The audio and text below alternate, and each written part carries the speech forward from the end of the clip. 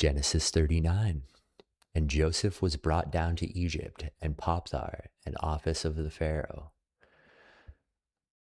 captain of the guard, and Egyptian, brought him the hands of the Ishmaelites, which had brought him down thither. And the Lord was with Joseph, and he was a prosperous man, and he was in the house of his master the Egyptian. And his master saw the Lord with him, and that Lord made all that he did to prosper in his hand. And Joseph found grace in his sight, and he served him.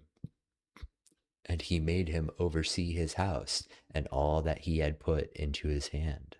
And it came to pass from the time that he had made him oversee his house and all over that he had, the Lord had blessed the Egyptian house for Joseph's sake. And the blessing of the Lord was upon all that he had in the house and in the field. And he left all that had Joseph's hand, and he had not aught he had saved the bread in which he did eat. And Joseph was a godly person and was well favored.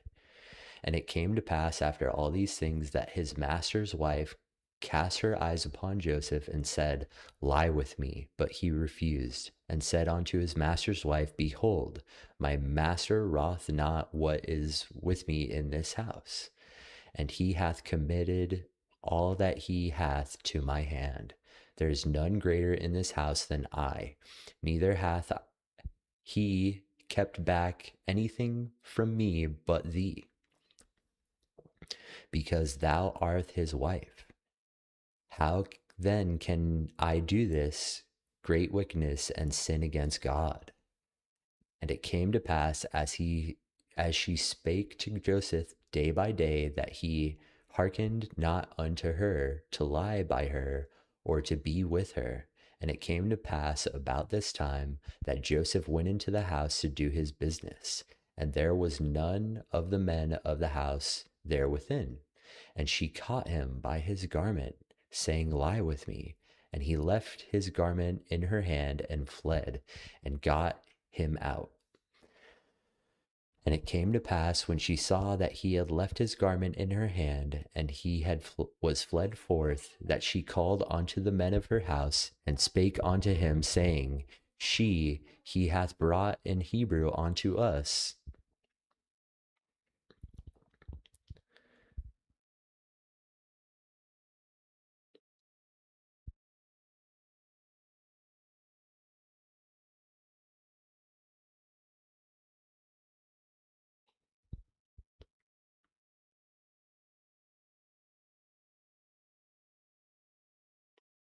That she called unto the men of her house, and spake unto them, saying, He hath brought in a Hebrew unto us to mock us.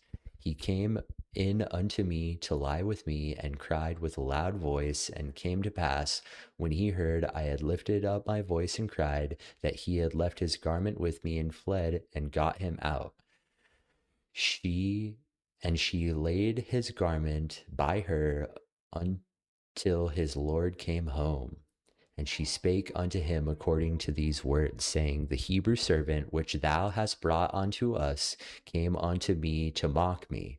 And it came to pass, as I lifted up my voice and cried, that he left his garment with me and fled. And it came to pass, when his master heard the words of his wife, which she spake unto him, saying, After this manner did thy servant to me, that his wrath was kindled.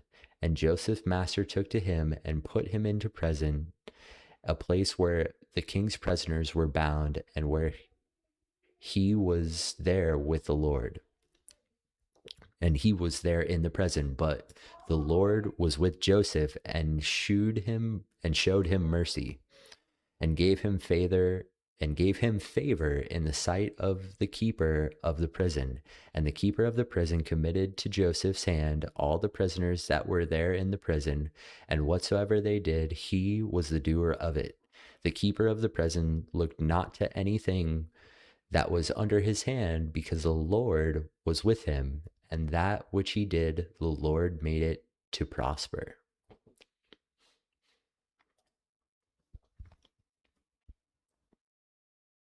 Genesis 39 brings us right back to the fast-paced cinematic narrative of Joseph, inserting the messy moral spiral of Judah in chapter 38 just before the author creates the brilliant international character contrast.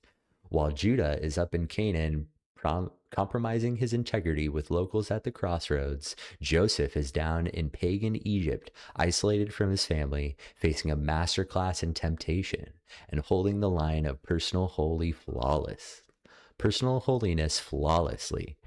This chapter tracks Joseph's rapid rise with the Egyptian empire and a devastating false accusation and subsequent plunge into a maximum security dungeon. The narrative opens with Joseph being brought from the slave market by Potiphar, a wealthy executive who serves as Pharaoh's captain of the guard. Joseph is traumatized. 17-year-old foreigner stripped of his royal coat and family identity, yet the narrator anchors his entire survival to a powerful repeating structural theme, and the Lord was with Joseph. Joseph starts as an entry-level slave in the fields. Potiphar notices that everything Joseph touches supernaturally prospers. Joseph is promoted to chief estate manager, running Potiphar's entire empire. Potiphar hands over the total administrative control over his finances, properties, and household to Joseph. The text notes that the things are running so smoothly that Potiphar does not have to worry about a single detail on his calendar except the bread in which he did not eat, a cultural idiom meaning his personal, private, domestic affairs.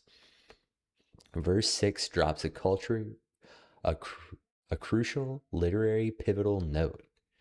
And Joseph was a goodly person and well favored. This is the exact same Hebrew phrase used to describe his mother, Rachel, back in chapter 39.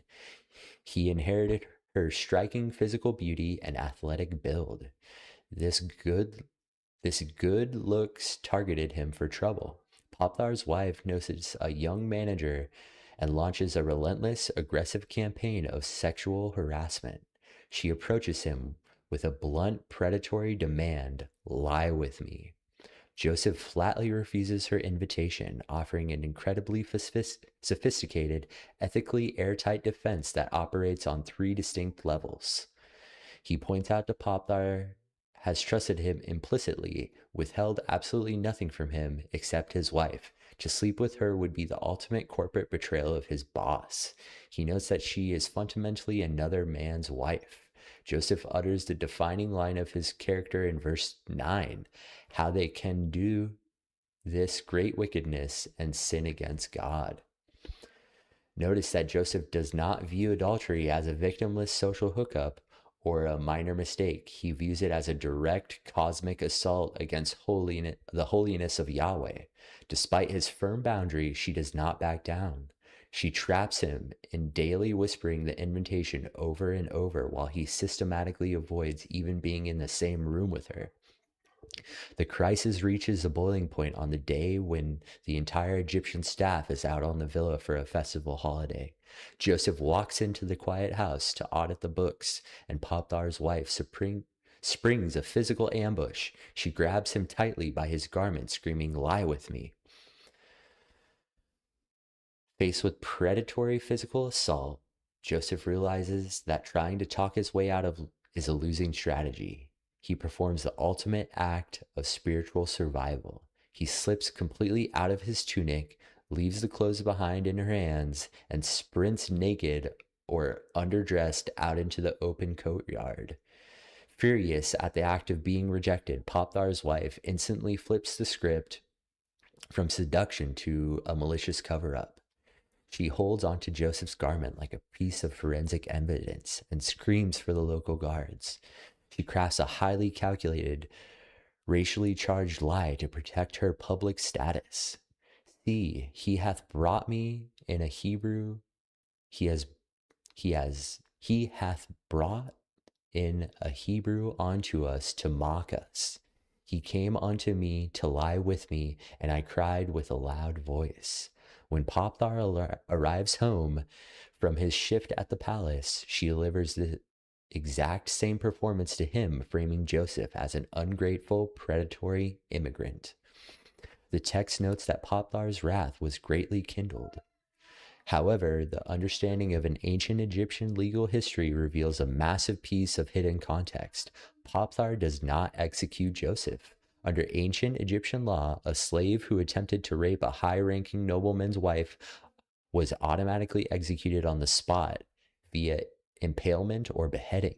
The fact that Potiphar merely sentenced Joseph to the king's prison, the white-collar jail for a political prisoner managed by Potiphar himself, strongly implies that Potiphar knew his wife's reputation, suspected the narrative was fraud. He had locked Joseph up to preserve his own political face and marital peace. The chapter comes to a close by dropping Joseph into a dark subterranean prison.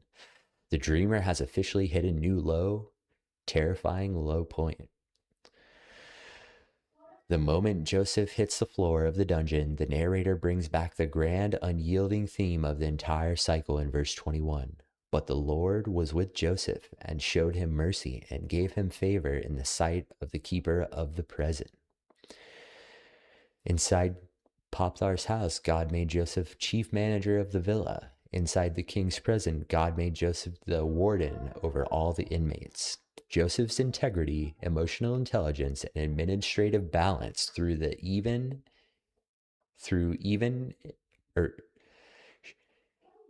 Joseph's integrity, emotional intelligence, and administrative brilliance shine through even in the dungeon. The head jailer realizes Joseph is completely incorruptible and hands over the keys to the entire prison yard, trusting Joseph to run the daily logistics of the facility. Genesis 39 serves as a profound monument to the staggering spiritual reality.